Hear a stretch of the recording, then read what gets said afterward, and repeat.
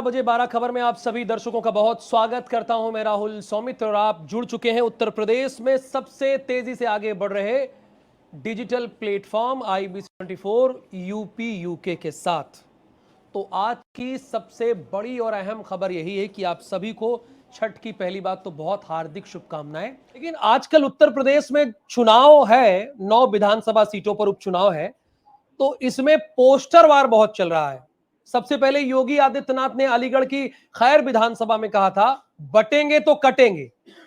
उसके बाद समाजवादी पार्टी के प्रदेश कार्यालय में यह साफ तौर पर बार बार पोस्टर लगता हुआ दिख रहा है। यह दिखाया जाता है कि गंगा जमुनी तहजीब है, या ये पोस्टर हो गया, तमाम तरह के पोस्टर चर्चा में रहते हैं। जरा वो सावन पोस्टर दिखाइए जो 19 विक्रमादित्य मार्ग के बाहर लगा हुआ है, हमारे दर्शक भी देख।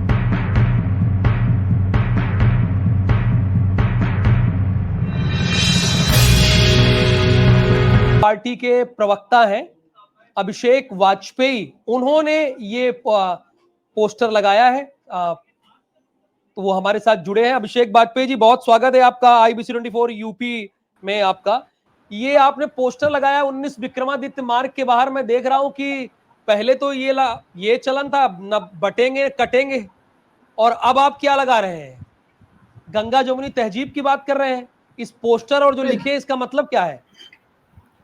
धन्यवाद राहुल जी। और क्योंकि आज छठ पूजा का विशेष पर्व है, तो छठ पूजा की सभी भाइयों को हार्दिक शुभकामनाएं। समूचे प्रदेशवासियों को, समूचे देश में सभी को हार्दिक शुभकामनाएं हैं। और जहां तक आप पोस्टर की बात कर रहे हैं, तो आप देखिए, देश के सबसे बड़े प्रदेश उत्तर प्रदेश का मुख्यमंत्री जो अपने कामों को गिनाने की जगह पे बटेंगे तो कटेंगे जैसे नारों का उपयोग कर रहा है, तो कहीं ना कहीं समाज में एक जहर घोलने का काम हो रहा है, समाज को बांटने का काम हो रहा है। हम सब लोग शुरू से देखते रहे कि समाज को एक करने की बात करते रहे हैं और समाज को एक करने के लिए आगे बढ़ते रहे हैं। जीता जाता उदाहरण रहा है कोविड काल में।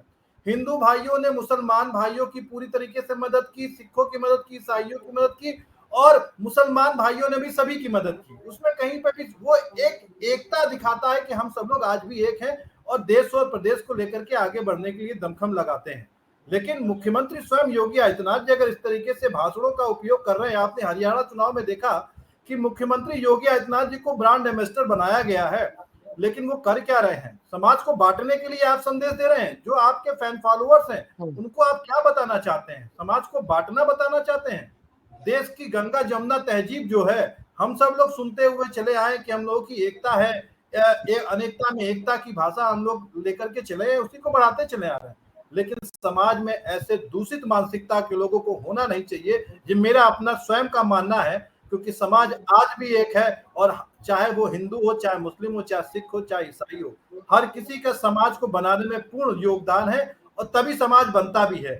इसीलिए मैंने इस पोस्टर का नारा दिया है कि गंगा जमुना तहजीब को ना ही बटने देंगे और ना ही एकता, सामाजिक एकता को ना ही कटने देंगे।